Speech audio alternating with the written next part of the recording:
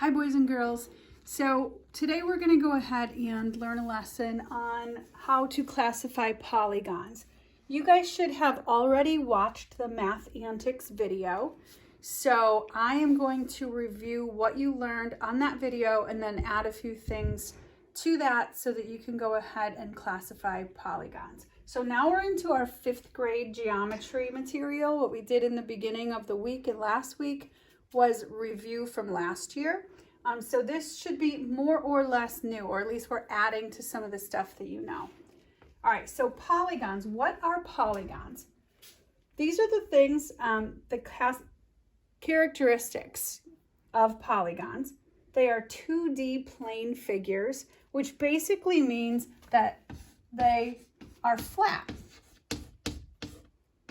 Okay, so they have length and width, but they do not have any height or anything. So they're a flat figure.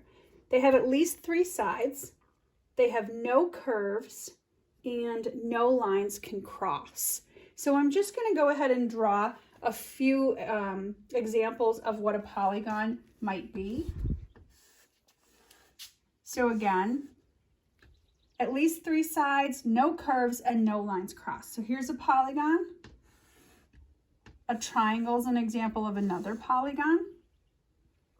I'm going to try to do like a lightning rod is an example of a polygon, or a star is an example of a polygon. Ooh. You forgot how to make a star. Or whatever this is that I created. So what is not a polygon? Some examples of things that are not a polygon. A circle is not a polygon. It's a 2D shape. It is flat, but it does not have at least 3 sides. And since it's curved, it's not a polygon. This is also not a polygon because that's open. It has to be closed in order to be a polygon. Another example might be a heart. Yes, it's a shape, but it has curved edges, so that is not a polygon. Okay, so that's all.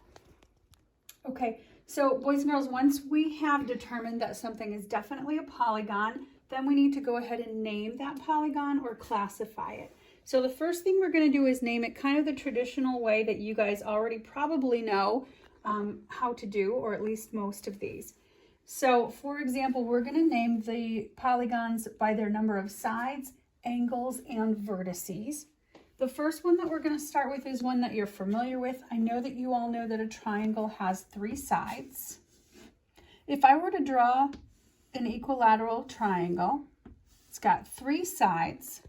It has 3 angles, and then it also has 3 vertices. Vertices are just where the sides meet, so they're the points. Okay, I'm going to populate this, and this is going to be available for you guys to look at. 4-sided polygon is a quadrilateral. So you should be able to hear that word quad in there, and I know you guys know that you might drive a quad, which has 4 wheels. I'm sure you're probably familiar with a 5-sided polygon, which is going to be a pentagon. 6-sided polygon is a hexagon. 7-sided polygon is a heptagon. 8-sided is an octagon. 9-sided is a, not decagon, that's 10. Nonagon for a 9. Okay. Once you've determined what type of a polygon it is by its number of sides, angles, and vertices, then we can look more carefully into whether or not it's a regular polygon, or is it an irregular polygon or not regular. And there's a couple different rules for that. In order to be called a regular polygon, all of the sides and all of the angles are going to be congruent. Congruent means that it's the same size. They're all the same size and they have the same shape. So all of the sides have to be the same length and all of the angles need to be the same measurement. If you look right here, here's one where they give you actual measurements. You can see that all of the sides are 4 centimeters. All of the angles are 108 degrees. So this is a regular polygon. You might be able to have one like this and they might show you things called markings. I'm going to show you the markings because that's a little bit different. When we go to mark sides, we're going to go ahead and mark them with one line. If the next side is the same, then we're going to mark it with a line the same. So if I were to say all of these sides are the same, it might be marked something like this. The angles are on the inside, right? This angle will be marked with one arc, for example, to start. Sometimes they don't even mark them at all. But you know that if this angle is the same as that one up here, it's going to be marked the same. Marked the same, marked the same, marked the same. Since all of the sides are congruent and all of the angles are congruent, that is a regular polygon. Down on the bottom, here's an example of an irregular polygon. In this one, this is stretched out. Definitely not all the sides are the same length or congruent, and not all the angles are the same size or congruent. So if I look here, this line is the same size as this line. So I might mark it, or it might be marked like that. But these are clearly longer. It might be marked like this to show that they are not the same as the top ones. When we're looking at the angles, you've got this angle here, and this angle here, and this angle here. Maybe they're the same, but these in here are not the same as the other ones.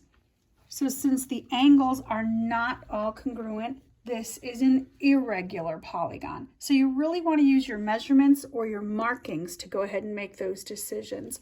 You don't really want to eyeball them. You definitely want to use your markings. All right, so we're going to do some examples with you guys now to name the polygon. So this is our polygon that we have right here. The first thing we have to do is name the polygon. In order to do that, we're going to count its sides. You really need to find a starting point and then trace around the outside of your shape. I have 3 sides, so I'm going to go ahead and name this as a triangle. Are all the sides and all the angles congruent? If you look at the sides, they each have one line, so they are congruent. All of the angles have a one arc, so they are congruent. So the answer is yes. So is it a regular polygon? And the answer is yes. So this is a regular triangle. We're going to go ahead and do a few more down here. Same sort of thing. So we're going to take a look at this. We're going to trace around 1, 2, 3, 4. It's a 4-sided polygon. I can look over to my chart, so I see that that's a quadrilateral. That's my first answer. Lateral. Is it regular or not regular? So I'm going to look at my sides. This one doesn't have markings, but it's pretty clear. Are all of the sides the same length? No. So it is irregular, or you don't have to write both. Whichever one you like better. Not a regular polygon. Okay, look at the next one. You've got 1, 2, 3. Whoops! A triangle. So we've got a triangle. Are all the sides the same length? 1, 2, and nothing. No. So they are not the same length. It is not a a regular polygon, so we're irregular again. You don't have to check the angles. If you've already determined by the sides that it's not regular, then you're good to go. All right, you can double check yourself if you want with the angles. Right here, pick a starting point. Trace around 1, 2, 3, 4, 5. A 5-sided polygon, use your chart until you memorize these, is a pentagon. And looking at that, is it regular or irregular? Regular. I agree. That one is regular. Here, gets a little bit difficult. So make sure you're tracing them. Find your starting point. 1, 2, 3, 4, 5, 6, 7, 8. 8-sided polygon is, you got it, a stop sign, an octagon.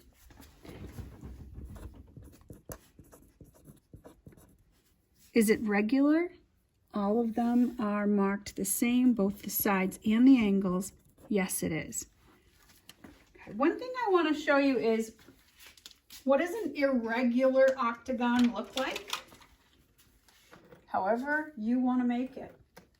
So for example, if you had an octagon and you had to show that was a regular octagon, but what about an irregular octagon? 1, 2, 3, 4, 5, 6, 7, 8.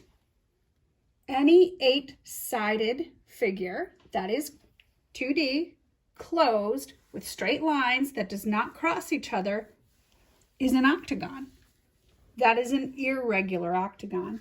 So you could go ahead and make, for example, a pentagon. Irregular pentagon. Start here and count. 1, 2, 3, 4, 5. They'd have to attach, right? So it can be all different ways. 1, 2, 3, 4, 5. However you want to go ahead and make those. So that's an irregular pentagon. So just be aware that that's how you might make one of those. All right, so good luck on everything. Make sure you use the reference sheet that's posted to look back at when you're going ahead and trying to do your work. This is not something that you can do by just watching a video once and not looking back in things. This is stuff you have to memorize, so really look back at your sheet. If you have any questions, let me know, and good luck. All right, have fun.